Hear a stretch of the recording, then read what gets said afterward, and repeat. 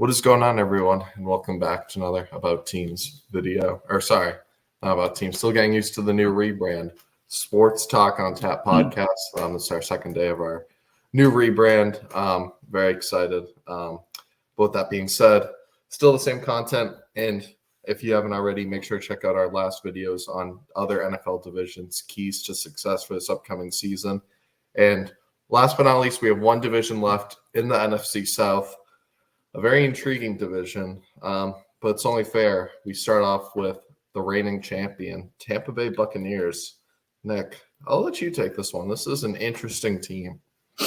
Okay. I think for them to kind of get back to where they were last year, which was solid season, could have been a little better, but, They'll take it, a wild card win. Right, exactly. You got to win in the playoffs. I say Baker's got to do what he did again. And they just got to protect him. Just make sure he doesn't suffer any more injuries. I know he's had some, shoulder problems throughout his career, just some other injury problems, just because he's, that tough, gritty type of QB who's willing to take hits for the team. But if they protect him and he's just able to get the ball to Mike Evans and kind of do what he did the back half of last year, because we saw him put up, I think he was like the first road QB to put up a perfect passer rating in Lambeau. And that was late in the year, like when they were trying to make a playoff push. So he was showing up in big games for them.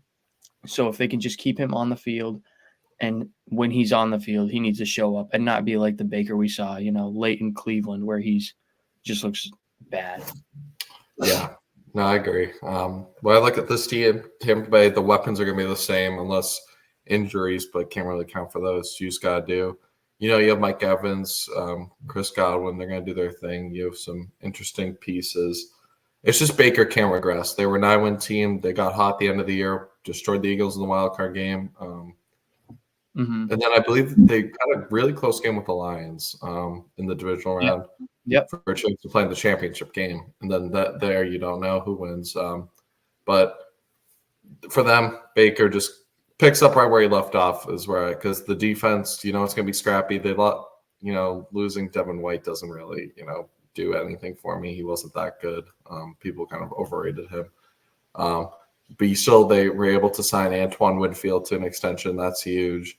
They traded Carlton Davis, but you still got a lot of interesting pieces there. That front seven's always going to get some pressure.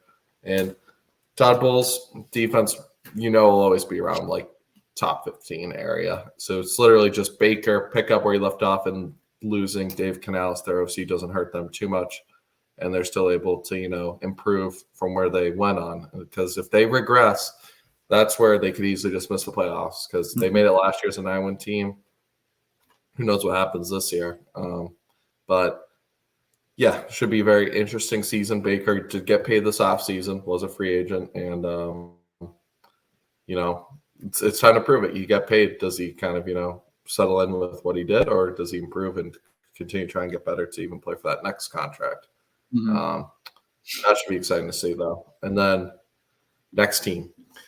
The favorites probably to win the NFC South, the Atlanta Falcons, made obviously probably the biggest move of free agency, signing Kirk Cousins to a 4-year deal. And for me, it's just Kirk Cousins' injury from the Achilles doesn't wear on him. He doesn't miss any time, and he's the QB that he was the last couple of years for the Vikings. Because if he is, they got weapons. I think Drake London will have a breakout year. And I guess another thing that correlated into it is that the Atlanta Falcons defense isn't like bottom 10 bad, because that offense will be solid enough. They'll put up points. But for me, if that defense, doesn't get any pressure like it did last year, and they're in these shootout games, how often can Kirk, be in those? Still remains a question mark to me, given his age and everything. So, for me, it's just that the defense doesn't suck completely, and Kirk Cousins, isn't nagging from that Achilles injury. Yep. Okay. I also said again, protect Kirk just because he's older, has gone through some injuries. So obviously you want to protect an older QB who really isn't mobile. Or they protecting Michael Penix. Or that. And along the lines of what you said about the defense, I said they're probably going to have to upgrade their pass rush, and maybe that means making a trade at some point, or maybe picking up some name that we just don't know about. But getting something on that defensive line to help out the secondary, because Yeah. defense wasn't. I feel like their defense went under the radar in some games last year, but they just They could weren't. keep them in for so long, but they were like last in pass rush win Yeah, rate. They were getting no pressure, and that speaks to how good maybe their secondary is with Jesse Bates and them. yeah, But and that's and it's weird because like not too long ago, like they had some great pass rushes, and Grady Jarrett. great. Yeah, Um, it's amazing what a couple of years can do. yeah, but I think they're probably going to have to make some sort of move on the defensive side of the ball. And they could do an early season trade. Like we see, that's not uncommon to see an early season trade Or to even help. post training camp, like during training camp, they just Yeah. bring in the name that's unhappy, or there's always some potential holdouts. Mhm. Yeah, I mean, no, the Falcons definitely. I think even if they didn't make a trade, they're probably just a wild card team with the roster and how weak that division is. Really, their only competition is Tampa Bay. Yeah. Most people think heading into the year. But with that being said, yeah, I'm very not. If they want to make that next step, because at most right now for this Falcons team, I think they're a wild card team at best. They're not like competing for a Super Bowl. So they do need to make some new other moves. But the problem is when you sign Kirk to $50 million a year, hard to upgrade your roster around him. So Yeah. shout out to Kirk getting the bag. But yeah, Quick to turn otherwise, what? You're quick to turn on him, man. If the Vikings paid him that, you'd be I know I would crying not be at the Super Bowl happy. parade. You'd be I would crying not at the be Super Bowl happy. parade, man. As soon as I think every Vikings fan, as soon as they saw $50 million, they said, "Yep, peace." He's just not worth that. I would have took him back for like $25 million a year. You got to be able to build a roster, and you just can't with that kind of money. Probably don't sign the Jefferson extension yesterday if Kirk's on the team for $50 million. With that though, interesting team coming up next, Carolina. I think I'm higher on them than most coming into this year. I don't know what it is, but for me, I just think the Panthers. I love what they did this offseason. I think Xavier Levitt has great potential coming out of South Carolina. Big receiver, just plays. They trade for Deontay Johnson, so they were aggressive, and I think besides. It's either Jim Harbaugh or Dave Canales for me being the best coaching hire this offseason, because what Dave was able to do with Baker Mayfield and transform him into a top 10 QB last season. I'm really excited what he can do with Bryce Young, because Bryce Young has all those tools. And then they were aggressive to get offensive linemen, Deion Lewis from Seattle and Robert Hunt from Miami. So there, you're trying to protect him more. You're getting him weapons. You still have Adam Thielen there. I'm excited to see what Carolina does. But for me, for them to make the playoffs, it's pretty simple. Dave and this coaching staff are able to do what they did last year with Baker and transform him and Bryce into a top 15 quarterback. And that defense, is sustainable. They got some interesting pieces like J.C. Horn. I know they traded away Brian Burns. So defense may not be, great, but if they can remain afloat, be 15 to 20 range, and that offense takes a massive step like Baker did with the Tampa Bay, then I could see this team being a sneaky wild card team, like 8, 9 wins, just get in there. That's how they'd make the playoffs. If we're talking this year, Okay. Yeah, you're right. You're higher on most because I'm not. I don't have any faith in the Panthers. I said they're one key that if they do somehow make the playoffs, Bryce Young looks like a completely different quarterback than last year, and I think he could. not just takes a step, but takes 10 steps. I think it's going to be like closest thing I can think of it is Trevor Lawrence from year 1 with Urban Meyer to Trevor Lawrence year 2 in his first year with Doug Peterson making the playoffs. As a 9-win team. That's the closest I can remember. Just an awful coaching staff. Frank Reich, it seemed like, I don't know what was up with him. Seemed in over his head. I mean, Carolina was trotting out Adam Thielen as wide receiver 1 at the age of 33, 34. And he had 1,000 yards, but that's not going to do you any good. So what they do, They beefed up that O-line. They got him more weapons via trade, draft. They kind of did a little bit of everything, and they got him an offensive-minded head coach that is kind of up to date with today's NFL because Frank Reich's play calling last year was just kind of straight trash. Even though, Bryce Young has a lot of things to work on, it just looked off. Like it was just like very weird scheme, and it was just awful football. And I think just a new start quick. I think the Panthers finally made the right coaching hire.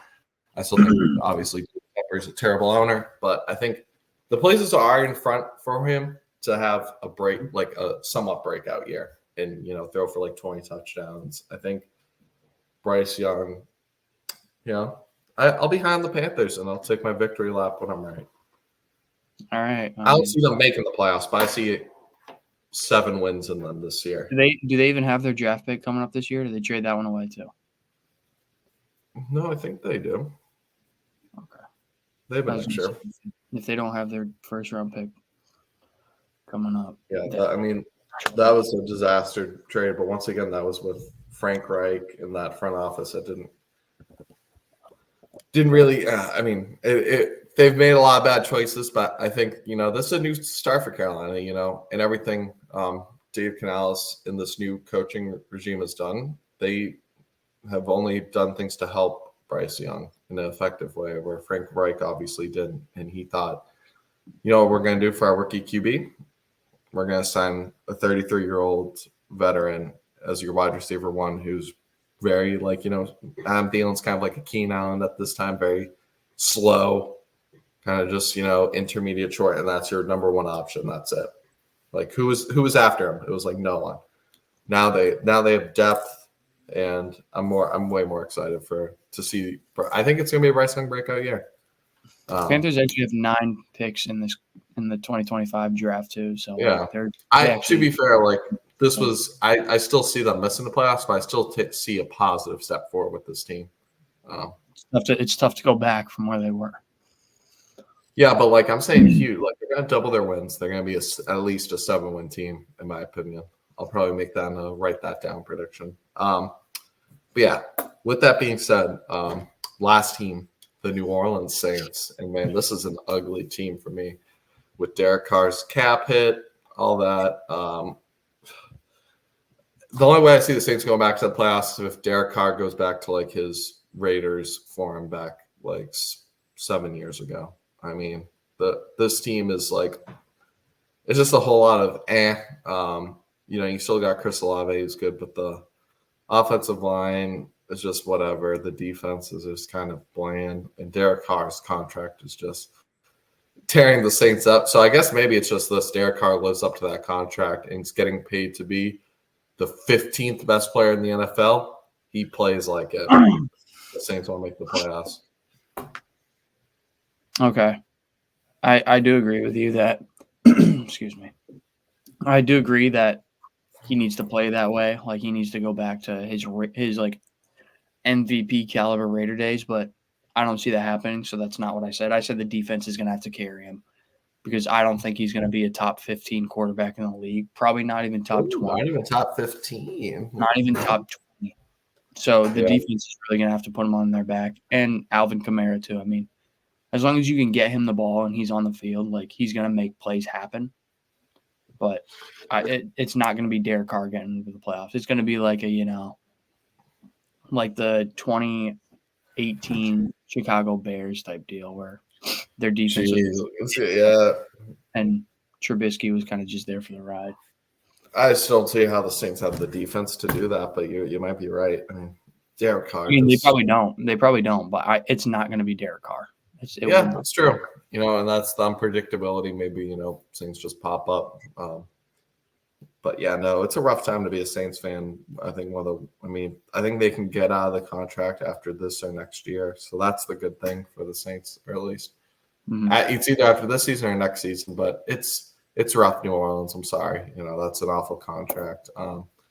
But yeah, it's a shame. Otherwise, though, I think they're fighting for a last place underrated. I think Carolina could lap them this season. But yeah, with that being said, they're playing for Quinn Ewers this year. That's what they're doing. Yeah. Or Shador. Oh, Shador. what's it called? So yeah, I mean, it's a weird division. You probably got the two very top teams, Tampa Bay, Atlanta. People are flipping on who they think wins, and then the Carolina Saints, two teams that people think are going to be near the bottom. So it's a very top heavy division, but it should be exciting. A lot of interesting moves remain in this division, especially everyone's going to keep their eyes on the Falcons. But with that being said, yeah, that will wrap up our NFC South and our whole NFL Keys to Success series. Let us know what you think in the comments, whether you agree, disagree, and maybe we'll do, keys to failure, like what will happen for this team to miss the playoffs. See, because anything's possible. With that being said, thank you guys all for listening, and we'll catch you in the next one. Peace.